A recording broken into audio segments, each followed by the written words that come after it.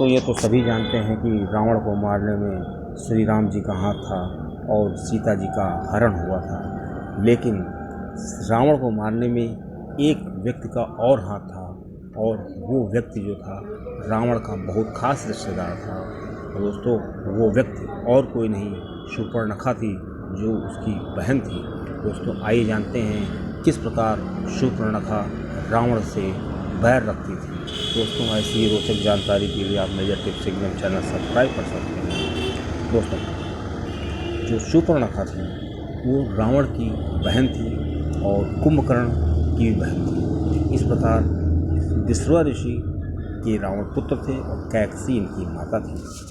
दोस्तों शूर्पणखा के बारे में कहा जाता है कि ये बहुत ही खूबसूरत थी, बचपन से ही ये बहुत खूबसूरत थी और इसलिए इसका बचपन का नाम मीनाक्षी था। क्योंकि दोस्तों मीनाक्षी नाम इसलिए था कि इसकी जो आँखें थी वो मछली के आकार की थी, इसलिए इसका नाम मीनाक्षी था। दोस्तों आगे चल कर के क्या हुआ कि इसका फिर नाम बदल गया और इसका नाम चंद्रमुखी रखा गया।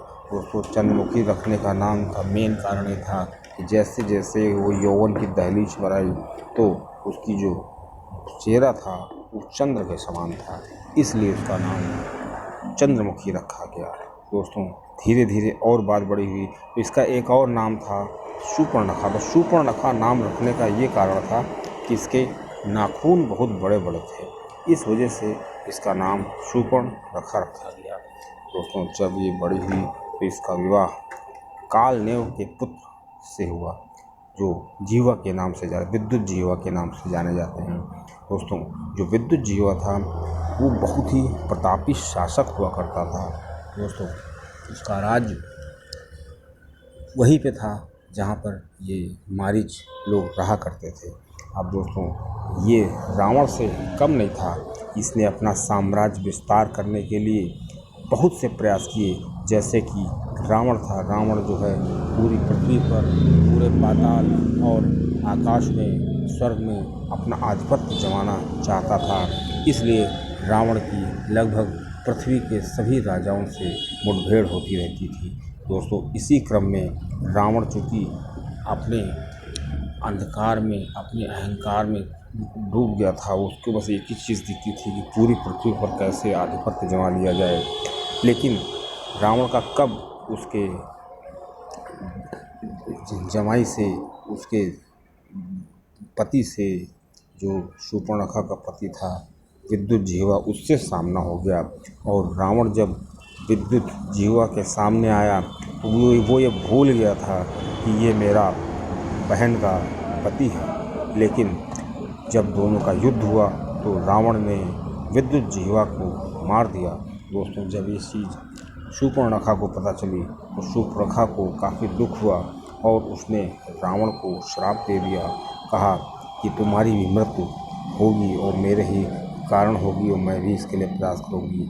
इसके लिए शूर्पणखा ये जानती थी अच्छी तरीके से कि जो रावण है उसने ब्रह्मा जी की तपस्या की है और काफ़ी ज़्यादा वरदान प्राप्त कर लिए हैं और उसने शिव जी से भी वरदान प्राप्त कर लिया है।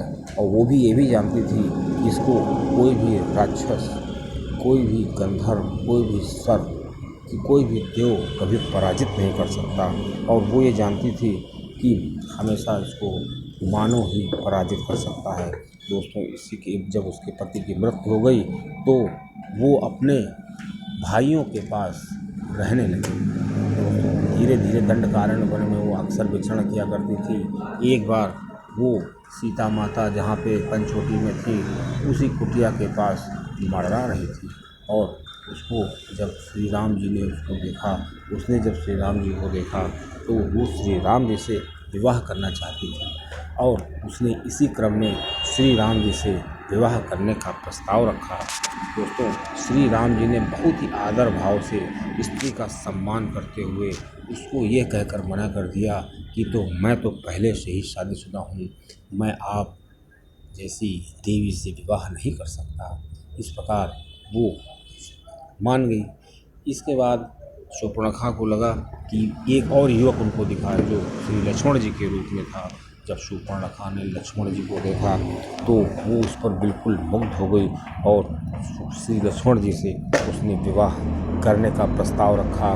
तो श्री लक्ष्मण जी ने बड़े कड़े शब्दों में इसका विरोध किया, और जब बहुत कड़े शब्दों में विरोध किया तो वो इसका अपमान का बदला लेना चाहती थी। इस